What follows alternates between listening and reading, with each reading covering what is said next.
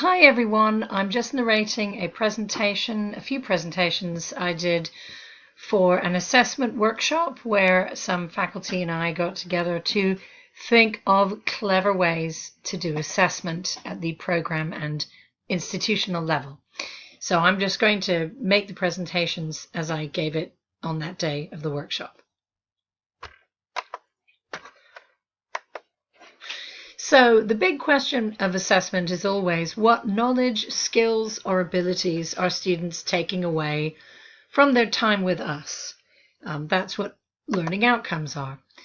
And today's goal, or the goal of the workshop, was to brainstorm ways to assess student learning beyond the classroom. That is to say, at the degree or certificate level, the program level, or at the institutional level. So let's give this a little bit of context because I think that will help clarify what we're doing here. Kind of in the spirit of guided pathways, we're looking at student learning by starting with the student goals. You know, students don't come to College of San Mateo saying, I want to excel in 20 completely unrelated activities over a period of 3 years.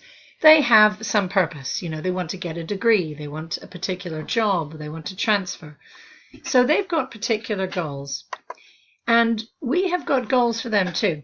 In other words, part of our job as educators is to tell them what specifically those goals amount to. A student who wants to get, for instance, an AST in business administration, well, we have defined what learning that degree will represent for the student. And one helpful way to think of learning outcomes here is it's a kind of promise. You're telling the student, look, if you take our course, our program rather, and you take those courses and you pass them, you will be able to do these things. This is the learning you'll be able to take away with you.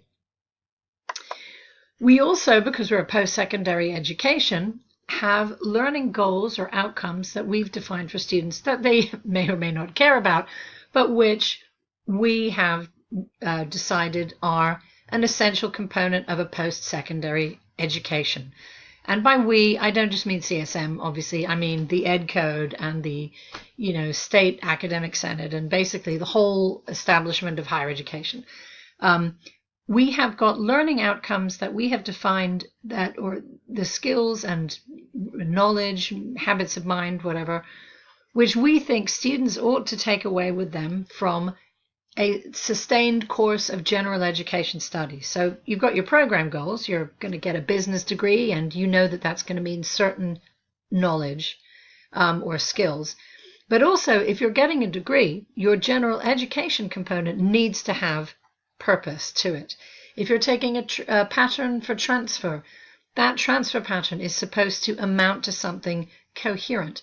And so we have defined these goals as our institutional learning outcomes. These include those that are specific to the general education pattern: effective communication, critical thinking, social awareness and diversity, quantitative reasoning, ethical responsibility, and effective citizenship. And we've added independent learning and development. So those goals are the general ed transfer pattern goals that we've defined for students. So student comes to college and then their experience turns into lots of little milestones. The guided pathway is full of pit stops. Students take a course in accounting and in Spanish and in art history, and they play volleyball and they go to the library and they need financial aid and, and it all takes quite a bit of time. Meanwhile, of course, there's plenty of learning assessment. I mean, we've made them this promise that you'll know these things. So along the way, we're all madly assessing whether or not students are doing well in your math class or my English class. And the counselors are making sure that their information is gotten across to students. And, we're all assessing ourselves. But we're all assessing ourselves in the context of the course or the service. It tends to be inward looking. If I go back to that little cloud graphic, we're all sort of staying inside our little bubbles. For the most part, most of our assessment work. So we ask ourselves questions like, what do they take away from my class or from this interaction?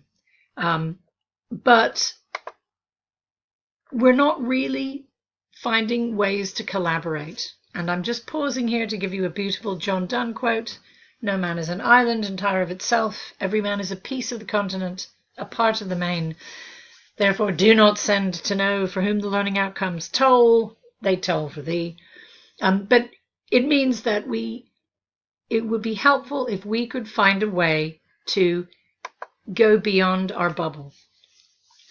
Now, another bit of context here. I'm talking about learning outcomes, and I think for most of us, we have thought about learning outcomes and learning outcomes data as a kind of data pool of the kind we already have, a KSI style, KSI, Key Success Indicator. Because as an institution, we monitor our success by looking at big data, and big data is great for a lot of things. We have, of course, an enormous database with information about student success, who's passing the classes, rates of transfer, the grades they're getting, who's dropping, who's staying, who's persisting, who's getting a degree, how long it takes them. For student services, we have data on hours in the lab, which we track through their swiping card, SARS. We have a lot of survey data. And this data is all the kind that you really can do big data analytics on. Every single student gets a grade, and every single student leaves a trail that we can recover. And it's all disaggregatable, so we can find out, patterns of achievement gaps, or whether night classes are better than day classes, or fall versus spring, or, there's so much we can find out from this data. But when it comes to the kind of assessment we're talking about here, a thoughtful look back at what students may or may not have learned, this kind of data pool is not really either achievable or necessary. What we really need is another perspective. We need a place to stand where we can look back at our programs, that is to say our degrees or certificates, where we can look back at our institutional outcomes. We right now, because we don't do exit exams, because this isn't Europe or a law school, we don't really have a place to stand where we can say, if a student took all those courses that amount to the business admin degree, how likely are they really to walk away with the knowledge, skills, and abilities we promised them? We don't really have a place to stand where we can say, how are they doing in, for instance, critical thinking overall? What's it all amounting to, these 45 units we asked them to take? So it's really, what we really need is this other perspective. One of the reasons we held this workshop is because we really do need to start thinking of some strategies. And here's why: because program review, to reflect this kind of different approach, the language has changed.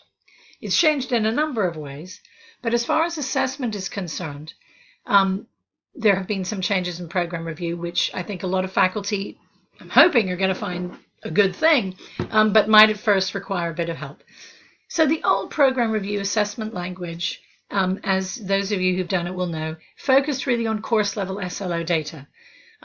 Faculty were asked, in effect, tell us about the student learning outcomes data you collected and what conclusions you drew and what plans for improvement this data analysis led to.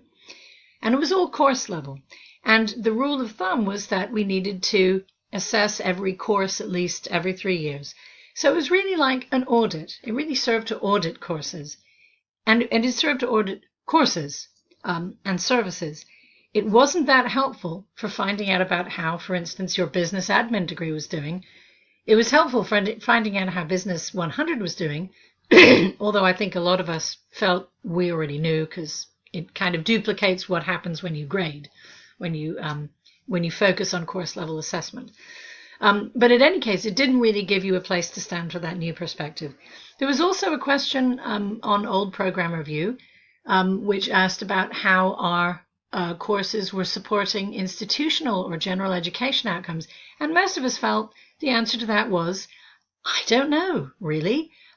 Because again, it's not showing us a place to stand where we can see how, say, my English class really contributes overall to the work students do to improve their ability to communicate effectively. I'm just thinking about my own English 100, so I don't really see that bigger picture. The new program review language, starting in Fall 18, is asking different questions about assessment.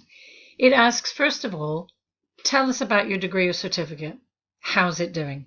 Assess the coherence, quality, and currency of you learning in your program. That doesn't mean that you can't use course level SLO data to do that. But what you're answering is not, yes, Business 100 is fine, or Business 100 could be improved if we add a textbook. You're being asked, how is the business degree doing? Also, where you're asked about any interdisciplinary assessment you might have been involved in. And implicit in both of those questions is, did this tell us about anything you did to improve student learning? So maybe you had a look at the courses in your program and the learning in those courses, and you thought, I think students really need more peer workshops. And so you introduce more peer workshops and you think things are going better. That would be a program assessment type response. Ditto interdisciplinary activities.